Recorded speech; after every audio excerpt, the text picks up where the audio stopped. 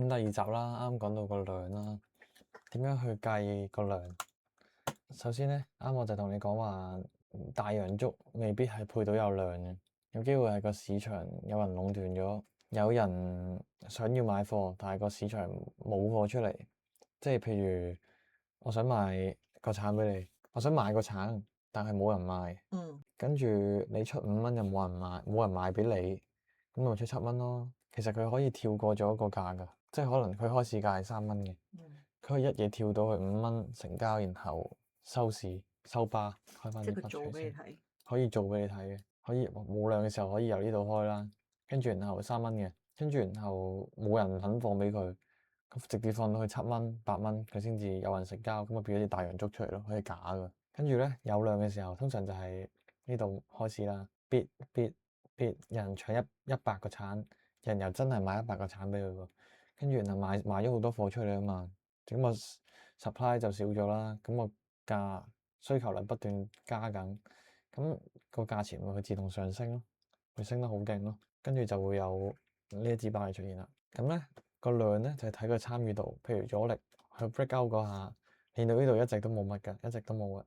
跟住然後一突破咗嗰下，如果咧呢一支巴係冇量嘅，都平之前嗰支咁多少少啦，有機會就係假嘅。但係咧，我平時就睇爆量之後突破咗阻力嘅下一支巴係升定係跌。如果咧爆咗量之後咧冇人再買，咪會跌翻落嚟嘅。咁如果爆完量之後個價錢升咗上10蚊喎，啱啱一直都係3、4蚊，升咗上10蚊，咁係咪好貴啦？應對啲人嚟講，有機會唔繼續買噶嘛？咁如果真係繼續買，即係代表個市場都覺得呢個價錢係值嘅，跟住就繼續買上去咯。咁就分到真突破同假突破。咁啦，我平時咧記低佢啦，可能揾紙筆寫低，就係平均量我會有寫100嘅。如果黃金嘅話，我通常就100個市場張咧，我就形容為少量，即係唔夠量。張我就叫做多啦，夠啦，我先至係一個入場嘅 requirement。張唔玩，因為好易俾人夾死嘅。即係我哋係可以幾多成交量？係，同埋可能呢度講一講就係話，好多人咧佢係中意用 broker 入邊嘅成交量嘅，咁就係佢哋入邊佢嘅成交量係反映唔到個市場噶嘛，因為佢哋推出嚟嘅 product 嚟嘅嗰個係，只係跟市場嗰個一齊喐，但係唔代表佢跟市場嘅成交量，即係好似賭外圍咁，你當即係可以做假，但係你要做得個 brand 好就一定要真實，你唔可以搞人哋，係啦。咁佢係真係會搞嘅，幾時咧？就係可以喺啲冇量嘅時間咯，即係譬如個市場得10張嘅，佢可以整到100張，然後特登打個價落去咯。因為個市場係佢哋㗎，佢哋開㗎嘛。咁正式啲嚟講咧，我哋炒嗰個市場係叫做，等我睇一睇先。我哋炒嗰個係叫做 COMEX 啊，呢個係交易所嚟嘅。世界最大交易所，所有合規嘅 trader 都係會用呢一張 future 呢一張黃金合約，呢個叫做期貨，黃金期貨，佢一張合約咁樣買嘅。呢啲可能一陣間要再揾啲時間去教你點樣去計。咁呢啲量咧係真實嘅，每1分鐘有幾多個人買緊，未多人買緊，係有幾多張成交，你唔知有幾多人玩緊㗎，可能一個人佔100張都唔定㗎。咁可能呢度得可能1000個人玩緊，有啲時間咧好少嘅，有啲時間係呢啲啊，得11張。你諗下，全個世界得11張喎，11張喎，咁係咪你買一張已經係佔全世界嘅1% 㗎咯，10% 㗎咯？咁係咪嗰陣時會好易俾人哋搞啊？即係冇乜意，如果係啊，冇乜意思㗎，即係好似你係去一個冇嗰個時段冇人交易嘅地方，去街市，咁你身上面有一個橙，你想買一個橙，但係個市場咧淨係見到你一個人啫，咁佢咪劏你啊？會想入到個 market 就係劏你一個，咁如果好多人嘅時候，好多客啦，咁大戶係咪都唔知劏邊個好？同埋未必撳得晒所有人啊嘛，未必控制到晒1000個人喺入邊噶嘛。但係如果個市場嘅時候，你得你同個大戶揸住60個橙，你想買一個橙，佢會唔會特登賣貴啲俾你啊？你一買完之後即刻去買翻10個橙，個供應多咗，咁個價咪跌咯，你咪驚咯。佢就可以操控到個市場咯，好容易有呢個壟斷咯，好容易就搞到你咯。所以冇量嘅時間我哋係唔玩嘅，淨係揀一啲夜晚個魚市場個街市全部人入晒去玩嘅時候，我先玩。嗯。咁但係嗰陣時有一樣嘢唔好就係咪太多 noise 啊？即係一千人嘅 market 買條都係買個橙，嗰個嗌1000蚊，呢個嗌500蚊，嗰個嗌1001蚊，咁係咪有好多 noise 就係會出現啲上下針嘅時間咯？跟住然後有一邊嗌贏咗啦，全部人都要用10蚊買，跟住就10蚊、11蚊、12蚊咁爆上去咯。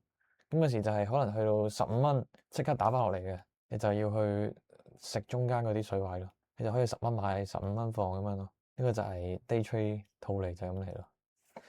咁下一步啦，嘿，點解又飛咗過嚟嘅？咁咧講下啲市場嘅 pattern 結構啦。通常見到升咧，你唔會係一夜飛天噶嘛，通常都係升回一回，升回一回，升跟住升啊嘛。咁我形容佢咧，平時我教就係會教做一個樓梯。你行樓梯攰，停一停，唞一唞。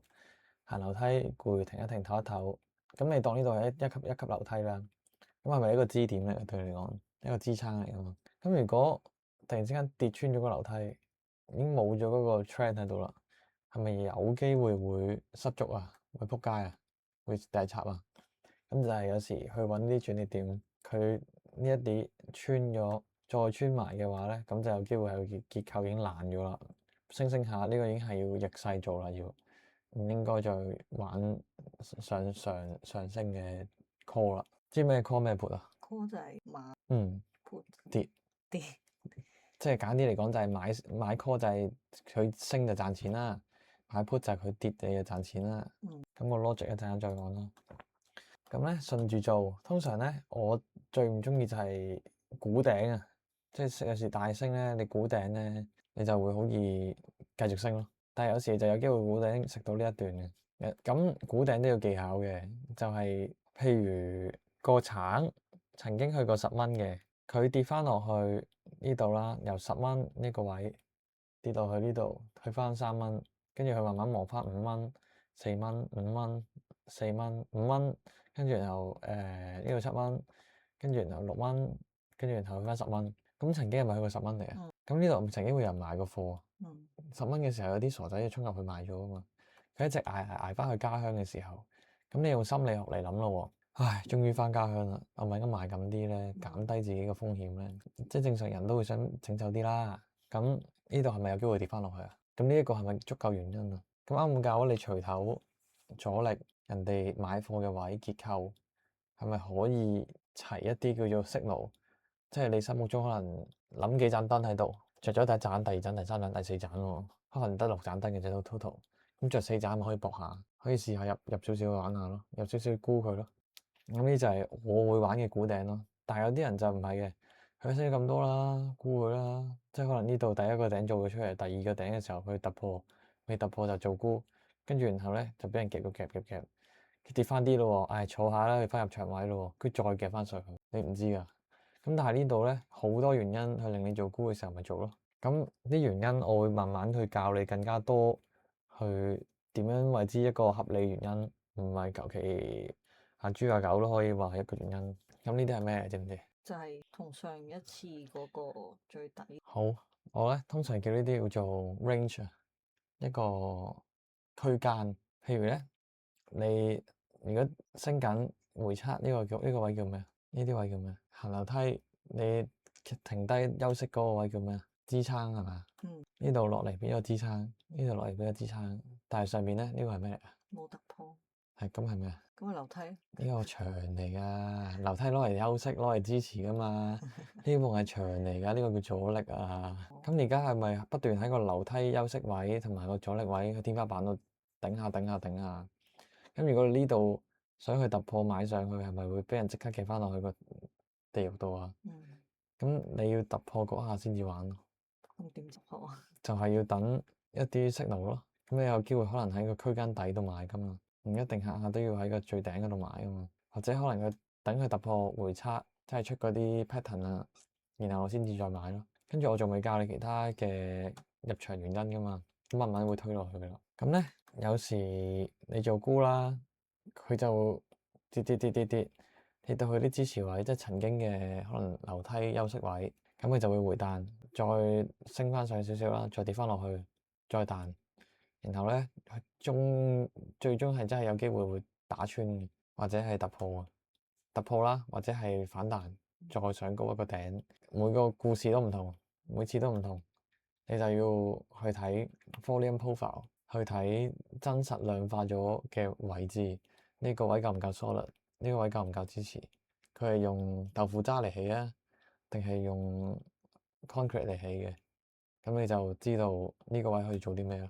點樣分啊？真係一陣間教你，冇咁急咯，再唔可以太急噶嘛。之後咧，支持會變阻力，有冇聽過？呢啲應該睇電視都聽過啦。支持變阻力就係咧曾經嘅支持位嚟噶嘛，跟住咧佢反彈啦，上翻去第一嘢穿 Q 咗，跟住咧佢去到呢啲位又彈翻上去咯。咁你曾經又係用翻啲用橙嘅故仔啦，佢有一堆人喺3蚊買咗嘅，升到去6蚊冇買到1倍喎。咁去翻3蚊嘅時候咧，佢哋會唔會想加貨？我買多次，買多 double，上翻6蚊我就走晒佢噶啦。點知上到5蚊，佢都驚啦，走貨抌到落去佢哋嗰個入場位咯。佢就心諗死啦，會唔會 PK 㗎？又落翻去㗎。跟住然後就喺自己原位度抌晒佢啦。咁同時間就有啲人係會選擇去沽空佢，咁就出現一大類高盤啦。咁就跌翻落去，咁跌落去嘅時候，沽嘅人賺錢啦，曾經有貨嘅人買晒賺錢啦，又係咁咧。當佢呢度有人覺得要獲利啦，佢就會反彈，咁去翻之前嗰個3蚊個位啦，係咪又係一個有爭議性嘅位嚟啊？咁3蚊嘅人有機會未賣晒自己手頭上嘅貨，或者係沽空咗嘅人想平倉，咁就會喺度打交，又出針啊，出成嘅，咁你就變咗做支持同阻力，即係有個 controversial 嘅嘢喺度，有爭議性嘅嘢喺度，咁你突破到，咁變咗有支持咯，跟住突破到嘅就上翻去，跟住咁慢慢磨翻飛翻上去啦。咁但係如果呢度變咗做阻力嘅，咁變咗嘭飛翻落去，即係去翻一個有爭議性嘅位，有人再沽多次，有人再賣翻自己啲貨，咁咪再落咯。睇價唔睇量，唉，呢啲字你自己再睇啦，我都唔想睇啦。好，呢一堂就係咁完噶咯喎，有冇嘢問？唔係喎，我可以教啲實體嘢咁，即係真實嘢。有冇啲打穿咗嘅先？呢啲啦。咁 drum 咩呢個？係啊，呢個有啲 drum，阻力，跟住然後打穿咗飛，跟住啦飛咗上去咧，係咪佢上咗去之後落翻嚟，跟住然後又落多次，跟住繼續飛，跟住咧我到呢條線度啦，出針啦嘛，見到係真係見到有啲反應啦，佢真係升翻上去嘅。但係咧去到呢啲位啦，啲人又唔想要咯，又沽翻佢落去。